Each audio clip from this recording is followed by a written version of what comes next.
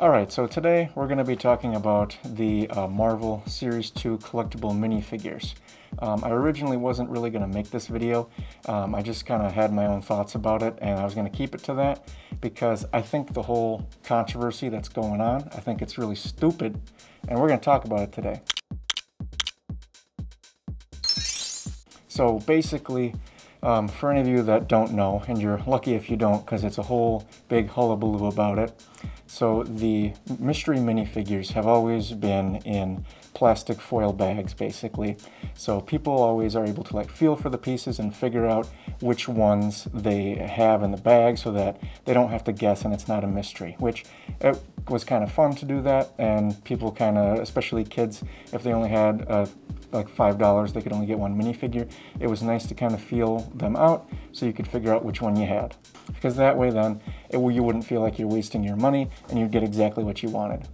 But then recently, the Super Mario character packs changed to boxes, little cardboard boxes, as of Series 5, and it's been that way for Series 5 and Series 6 now. So everybody was all assuming, oh well, eventually they're going to make the mystery minifigures, not just the Super Mario ones, into boxes as well. And it wasn't happening, it was taking a while for it to happen, so everybody was kind of assumed, oh, maybe they won't be doing it for those, but just for the Mario ones. But lo and behold, now with Series 2 of Marvel, they're going to be in boxes. And the LEGO community as a whole, mostly the adults though, are having a problem with that because now they can't feel for the minifigures and now it's more random. And the reason that I wasn't really going to make a video talking about this subject is because I didn't think it was too noteworthy. You know, changes were made and people are going to get upset because people don't like change a lot of the time, especially a lot of the adult LEGO fans.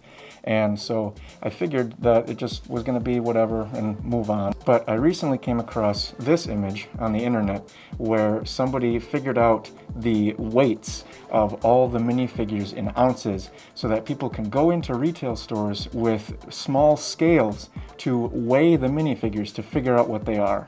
And believe me, I like LEGO as much as the next guy, but if you're going into the retail store with a scale to figure out what your minifigures are, I think you might have a problem.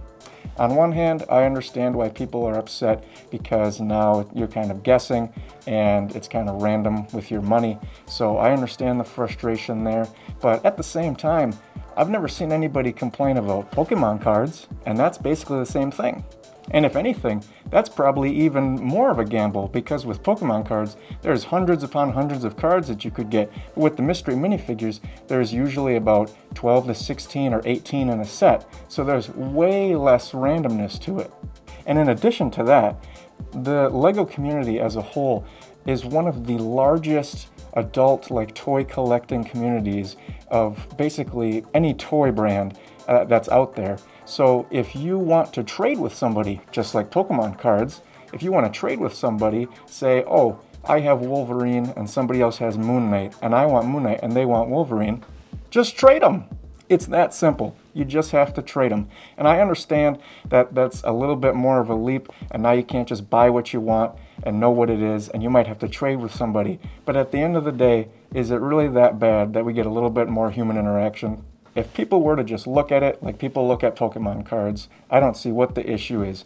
And I think that's also a cool concept for something for LEGO to do, is have a product that different collectors and kids can trade with each other, the different characters that they want. I think that's a really cool concept that hasn't really been incorporated into LEGO. I mean, obviously, sometimes people buy and sell and trade their sets, but LEGO has never officially had a product where it was kind of marketed as such.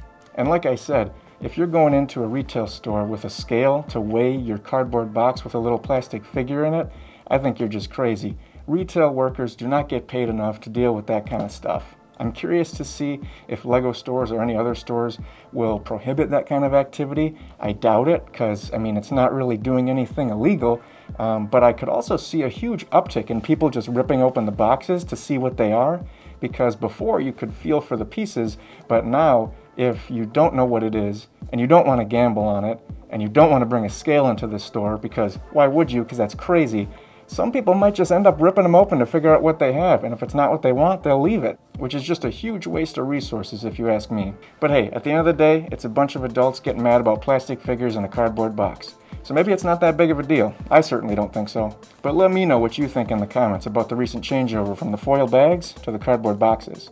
If you think it was a good idea or a bad idea, and if you intend on getting any of the new Marvel collectible minifigures.